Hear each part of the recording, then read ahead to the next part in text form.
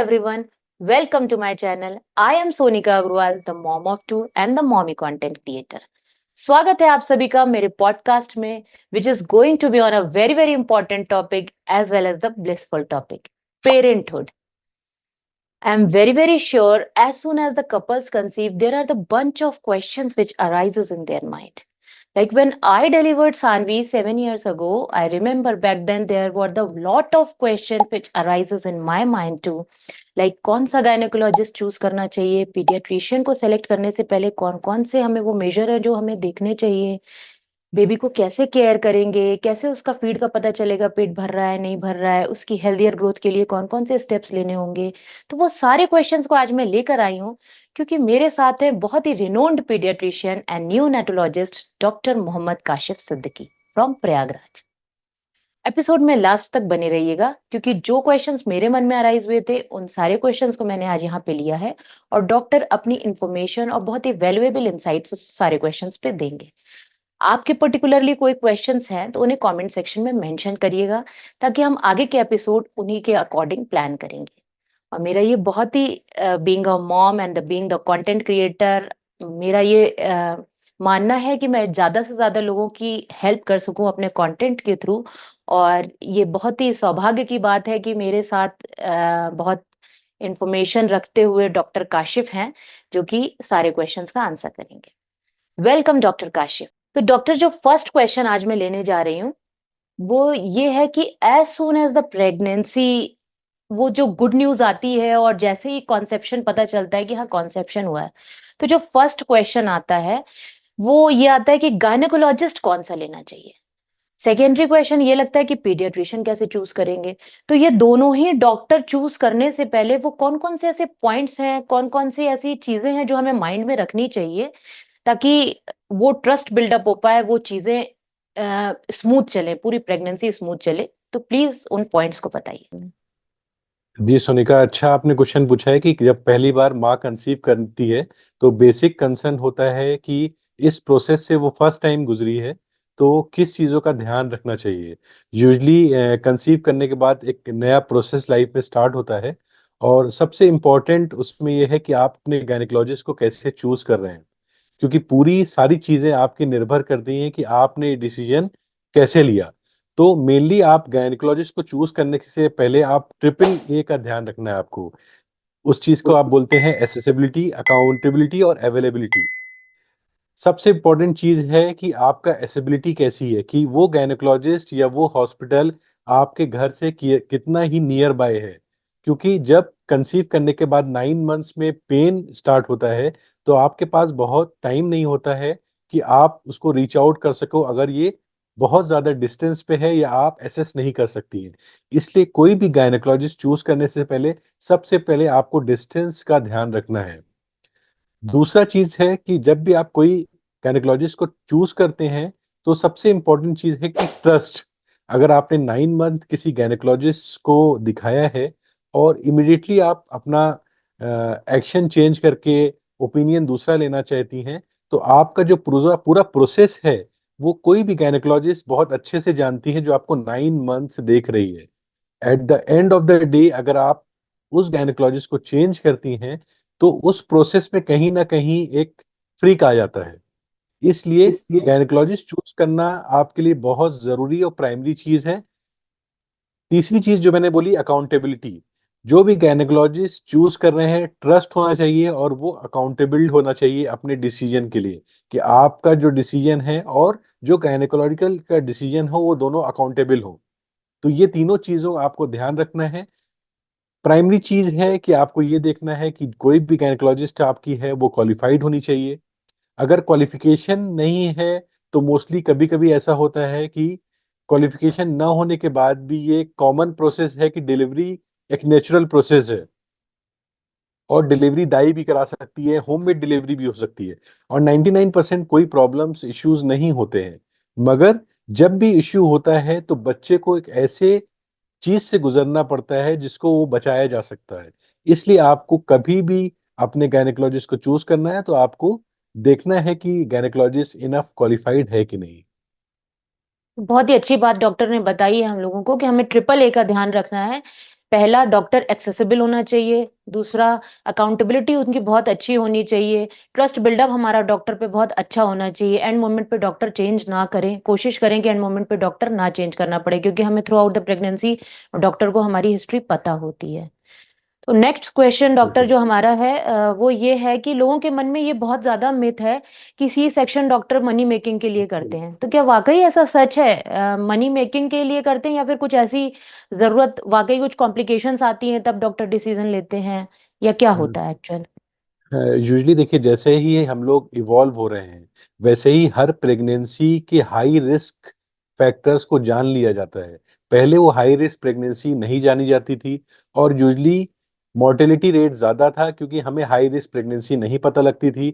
इसलिए बच्चों की मोर्टेलिटी होती थी और उस चीज़ को इग्नोर कर दिया जाता था। इस समय पे हाई रिस्क प्रेगनेंसी के केसेस इसलिए बढ़ गए हैं क्योंकि प्रेगनेंसी के टाइम ही कुछ इन्वेस्टिगेशंस ऐसे हैं जिससे पता लग जाता है कि बच्चे को नॉर्मल डिलीवरी होना पॉसिबल नहीं है। In most of the cases, 90% cases में, मोर देन 99% केसेस में नॉर्मल डिलीवरी पॉसिबल होती है। मगर 1% केसेस में पॉसिबल नहीं होता है नॉर्मल डिलीवरी, क्योंकि बच्चे को कुछ भी खतरा अगर 1% का भी है तो पूरे लाइफ टाइम पेरेंट सफर करते हैं। मान लीजिए बच्चा पैदा हुआ और बच्चा जन्म के बाद 30 सेकंड नहीं रोया, ये गोल्डन एरा होता है। अगर इस टाइम पे बच्चा रोया नहीं तो उसके दिमाग पे ऑक्सीजन नहीं पहुंचेगी और वो हमेशा के लिए मंद बुद्धि हो जाएगा, जो पेरेंट्स के लिए एक सफरिंग होती है जिसका कोई भी सॉल्यूशन नहीं होता है। आप चाहे यूके चले जाइए, चाहे यूएस चले जाइए, उसका कोई ट्रीटमेंट नहीं है, क्योंकि दिमाग की अगर नसें जन्म के बाद डैमेज हो गई तो कभी भी उसका विकास नहीं हो सकता। इसलिए मोस्टली सबसे पहले हमने बोला ट्रस्ट डेवलप करना है। अगर आपका गायनेकोलॉजिस्ट बता रहा है तो आप अपने पेडिट्रिशियन से कंसल्ट करिए। आप सेकंड ओपिनियन जरूर ले सकते हैं, मगर इसमें टाइम नहीं लगाना है, और विद इन 1 आवर आपको डिसीजन लेना है कि इस गायनेकोलॉजिस्ट से हमें दिखाना है या हमें ट्रस्ट बिल्डअप है या नहीं है। हाँ, अगर आपको ट्रस्ट बिल्डअप नहीं है तो आप ओपिनियन चेंज कर सकते हैं, मगर टाइम लैकिंग नहीं होनी चाहिए। टाइम लैकिंग से बच्चे को खतरा हो जाता है। और मनी मेकिंग प्रोसेस एक मिथ भी है और एक फैक्ट भी है, मगर उस मिथ और फैक्ट के चलते हम कभी कभी डिसीजन गलत ले लेते हैं, और सफरर जो होती है वो फैमिली होती है जिसका बच्चा जन्म के बाद रोता नहीं है या फिर सरवाइव नहीं करता है। जैसा डॉक्टर ने बताया कि सबसे जरूरी है ट्रस्ट बिल्डअप, और बहुत ही रेयर चांसेस ऐसे होते हैं कि डॉक्टर मनी मेकिंग के लिए कुछ ऐसा करें। वो जो डिसीजन लेंगे वो सही ही लेंगे, और आपको भी बड़ा बड़ा क्विक डिसिसिव होना चाहिए उस टाइम पे, बीइंग लाइक फैमिली। तो बिल्कुल वो बहुत ही सोनिका। इम्पोर्टेंट चीज है। अच्छा बिल्कुल डॉक्टर, बिल्कुल। जब बच्चा बॉर्न हो गया तो शुरू के इनिशियल कुछ डेज पे ऐसे कौन से प्रिकॉशन है जो हमें ध्यान रखना चाहिए न्यूबॉर्न के साथ, उनको कैसे केयर करना चाहिए? क्योंकि being a first time of parent, बहुत सारी चीजें नहीं पता होती हैं, बहुत सारी चीजें मिथ के फॉर्म में बूढ़े लोगों से पता चलती हैं, ओल्ड एज पीपल से। तो वो कौन सी चीजें हैं वो हमें उनका जिनका ध्यान रखना चाहिए? देखिए, जब भी बच्चा फर्स्ट टाइम माँ प्रेग्नेंट होती है तो उसके लिए एक नई लाइफ होती है और एक नई एरा होती है जिसको वो जीती है ना। और ओवर प्रोटेक्टिव होना भी प्रॉब्लमेटिक है, और अंडर प्रोटेक्टिव होना भी प्रॉब्लम है। जब बच्चा पैदा होता है तो सबसे इम्पोर्टेंट चीज है कि बच्चे का इम्यूनिटी डेवलप नहीं होती है ना। बच्चे की इम्यूनिटी डेवलप नहीं होने की वजह से उसको इन्फेक्शन कैचअप करना इजी होता है। जो बच्चे प्री टर्म पैदा हो गए हैं, लेस देन 37 वीक से पहले पैदा हो गए हैं, या फिर अंडर वेट हैं, लेस देन 2.5 kg वेट हैं, तो इन बच्चों को एक्स्ट्रा प्रिकॉशन हमें देना है, क्योंकि इन बच्चों का इन्फेक्शन होने का खतरा ज्यादा रहता है। जब बच्चे पैदा हो रहे हैं तो हम ये ध्यान रखें कि उनको क्राउडेड प्लेस पे ना ले जाएं। जब भी हम डिलीवरी के बाद उसको घर लेके जाएं तो ये ध्यान रखें कि कोई भी अगर सिक है, कफ कोल्ड हुआ है, वायरल हुआ है, तो इस चीज का ध्यान रखें कि बच्चे को उनसे थोड़ा दूर रखें। मगर जैसे ही बच्चा डेवलप होगा और 1 महीने का बच्चा हो जाएगा और उसका वेट गेनिंग प्रोसेस स्टार्ट हो गया है, तो हम बच्चे को एक्सपोज कर सकते हैं। कोई भी वायरस बच्चे को इन्फेक्ट कर सकता है, मगर फिर बच्चे की लड़ने की ताकत बढ़ जाती है, और फिर हम बाहर के एक्सपोजर पे बच्चे को छोड़ सकते हैं। तो इनिशियल कुछ डेज हमें जो है एक्सपोजर कम से कम रखना चाहिए लोगों से, बाहर क्राउडेड प्लेसेस से हाइजीन मेंटेन रखना बिल्कुल। चाहिए। ये दो पॉइंट बिल्कुल बहुत हाइजीन सारे मेंटेन रखना चाहिए, और ये ध्यान रखना चाहिए कि हम बच्चे को यूजली हमें सबसे बड़ा मिथ होता है कि बच्चे को नहलाना नहीं है ना। हम्म। बच्चे को 7 डेज के बाद बेस्ट होता है कि बच्चे को हम डेली नहलाएं। अगर मदर कंफर्टेबल है, अगर मदर कंफर्टेबल नहीं है तो वीकली 3 टाइम्स भी अगर हम बच्चे को बाथ दे रहे हैं तो इट्स क्वाइट ऑब्वियस कि बच्चा क्लीन अगर रहेगा तो इन्फेक्शन होने का खतरा कम रहेगा और बच्चा हेल्दी रहेगा। बच्चा अगर 2.5 kg के ऊपर है और कम बच्चा पैदा हुआ है तो आपको एक्स्ट्रा प्रिकॉशन लेने की भी जरूरत नहीं है। फुल टर्म अगर डिलीवरी डिलीवरी हुई है तो ऐसी कोई दिक्कत नहीं है, बट हमें हाइजीन का और एक्सपोजर थोड़ा कम रखें इनिशियल कुछ डेज में, ये दो चीजों बिल्कुल का। बिल्कुल। अच्छा, ब्रेस्ट मिल्क कैसे पता चलेगा कि सप्लाई सफिशिएंट है कि नहीं है मदर को, क्योंकि पहली बार मदर को आइडिया नहीं होता है बच्चे का पेट भर रहा है नहीं भर रहा है, सब कैसे पता चलेगा? फर्स्ट टाइम देखिए, मदर का सबसे बड़ा मेजर कंसर्न होता है ब्रेस्ट फीडिंग। हम्म। यूजली इंडिया, हम लोग डेवलपिंग कंट्री में रह रहे हैं तो मोस्टली लैक्टेशनल काउंसलिंग नहीं होती है, जिसके वजह से 99% ऑफ द केसेस में माँ अपना दूध नहीं पिलाती। अगर हम इस कन्वर्जेशन को ये बताएं कि उस माँ को दूध पिलाने से माँ को कितना फायदा है, तो हम शायद 1 घंटा भी बात करें तो कम है। बच्चे को कितना फायदा है उसका तो एक अलग कंसर्न है, मगर माँ को इतना फायदा है कि पोस्ट ट्रॉमेटिक स्ट्रेस नहीं होगा, उसको वेट लॉस होगा, बच्चे से बॉन्डिंग बेहतर होगी। इतने सारे फायदा हैं कि माँ को दूध पिलाना मस्ट है, और माँ के दूध का कोई भी रिप्लेसमेंट नहीं है। इसलिए सबसे पहले अगर बच्चा पैदा हुआ है तो अपने पेडिट्रिशियन से बात करें, गायनेकोलॉजिस्ट से बात करें, या फिर आप लैक्टेशनल काउंसलर से जो है एक्सपर्टाइज से आप बात करें। और उन बातों से आपको ये पता लगेगा कि कोई भी माँ ऐसी नहीं है जिसको दूध ना होता हो, या कोई भी बच्चा ऐसा नहीं होता है जो बच्चा दूध ना पकड़ पाए। कुछ इश्यूज माइनर रहते हैं, अगर वो सॉल्व हो जाते हैं तो हम बहुत अच्छे से बच्चे को दूध पिला सकते हैं। माँ को कैसे पता लगेगा कि उसको सफिशिएंट मिल्क हो रहा है कि नहीं हो रहा है? अगर बच्चा 4 to 6 सैरली यूरिन आउटपुट दे रहा है और बच्चा 2 से 3 घंटा साउंड स्लीप कर रहा है, तो इसका मतलब होता है कि बच्चा अच्छे से फीड ले रहा है और बच्चा हेल्दी है। यूरिन फ्रीक्वेंसी और साउंड स्लीप अगर वो 3 आवर्स की, 2 से 3 आवर्स की ले रहा है तो इसका मतलब सप्लाई सफिशिएंट है। जी लैक्टेशन बिल्कुल काउंसलिंग के थ्रू हमें ये पता चल जाएगा कि अगर लैचिंग में कोई प्रॉब्लम आ रही है या मदर को फीड प्रॉपर नहीं हो रहा है या कोई भी ऐसा है, तो वो उसके लिए लैक्टेशन कंसल्टेंट के थ्रू। बिल्कुल। देखिए, मोस्टली जो मैं इंटरप्ट करूंगा सोनिका, मोस्टली हम्म। कॉमन प्रॉब्लम्स माँ को जो रहती है वो इन्वर्टेड निपल्स रहती है। माँ हम्म। अच्छे से होल्ड अप नहीं कर पाती, जिसकी वजह हम्म। से बच्चे जो है अच्छे से लैच नहीं कर पाता। लैच में बच्चा मिल्क प्रॉब्लम। पकड़ता है और छोड़ देता है, पकड़ता है और छोड़ देता है, जिससे माँ जो है ओवर कॉशियस हो जाती है और फार्मूला फीड देने लगती है। फार्मूला फीड एक पैसिव प्रोसेस है और माँ का मिल्क बच्चे को पिलाना एक एक्टिव प्रोसेस है। जब एक पैसिव प्रोसेस पे बच्चा चला जाता है तो वो माँ का दूध नहीं पकड़ता है, जिसमें उसको मेहनत ज्यादा करनी है। इसलिए बॉटल फीडिंग वंस स्टार्टेड, उसके बाद से माँ को दूध पिलाना डिफिकल्ट हो जाता है। इसलिए आपको बॉटल फीडिंग इनिशिएट ही नहीं करना है। डॉक्टर, कॉम्प्लीमेंट्री फीडिंग हम कब से स्टार्ट कर सकते हैं बच्चे की? और जैसे बहुत समर सीजन है, बहुत ज़्यादा इस समय कहीं पे ह्यूमिड टेम्परेचर है और बहुत कोई बच्चे गर्मी में बॉर्न हो रहे हैं, तो क्या पानी उनको दिया जा सकता है, साथ में थोड़ा बहुत इंट्रोड्यूस वाटर किया जा सकता है या नहीं? और अगर किया जाता है जा सकता है तो वो किस एज से हम दे सकते हैं थोड़ा बहुत?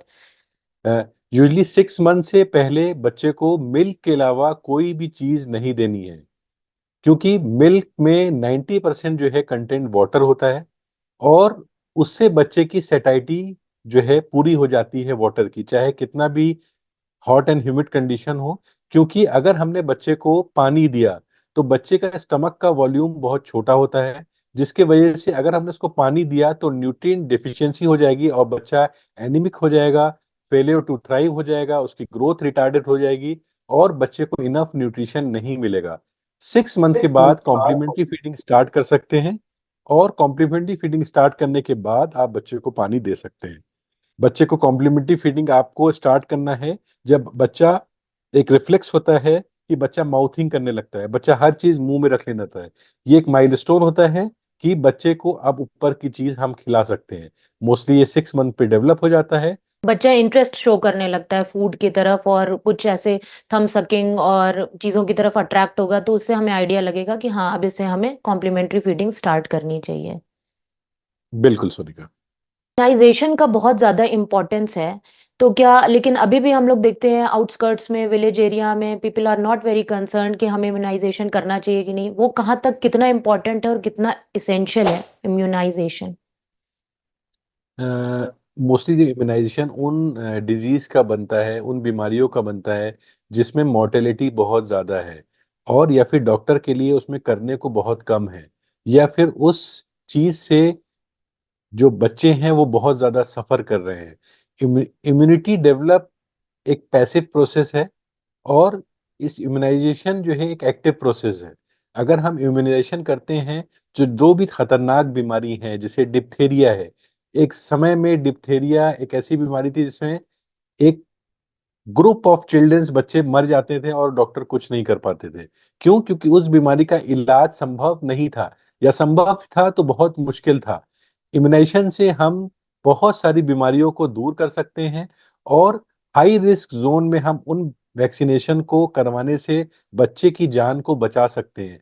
हर बच्चे को इम्यूनाइजेशन उसका राइट है, और इम्यूनाइजेशन करना बहुत जरूरी है, क्योंकि उन बीमारियों, लाखों लाख में एक बच्चे को ही वो बीमारी होगी, मगर उस बीमारी से उस बच्चे को बचाना नामुमकिन हो जाता है। एज अ पेरेंट्स, वो बीमारी आपके बच्चे को होगी या आपको नहीं पता है, इसलिए इम्यूनाइजेशन करना बहुत जरूरी है। उससे मोस्टली 99.9% बच्चों को उस डिजीज से हम बचा पाते हैं। बेटर है कि उसका प्रिकॉशन पहले ही लिया जाए, कोई प्रॉब्लम हो तो। बिल्कुल।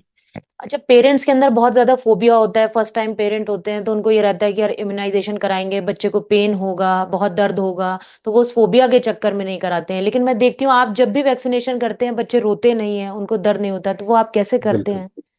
हैं? मोस्टली देखिए, इम्यूनाइजेशन एक स्किल प्रोसेस है।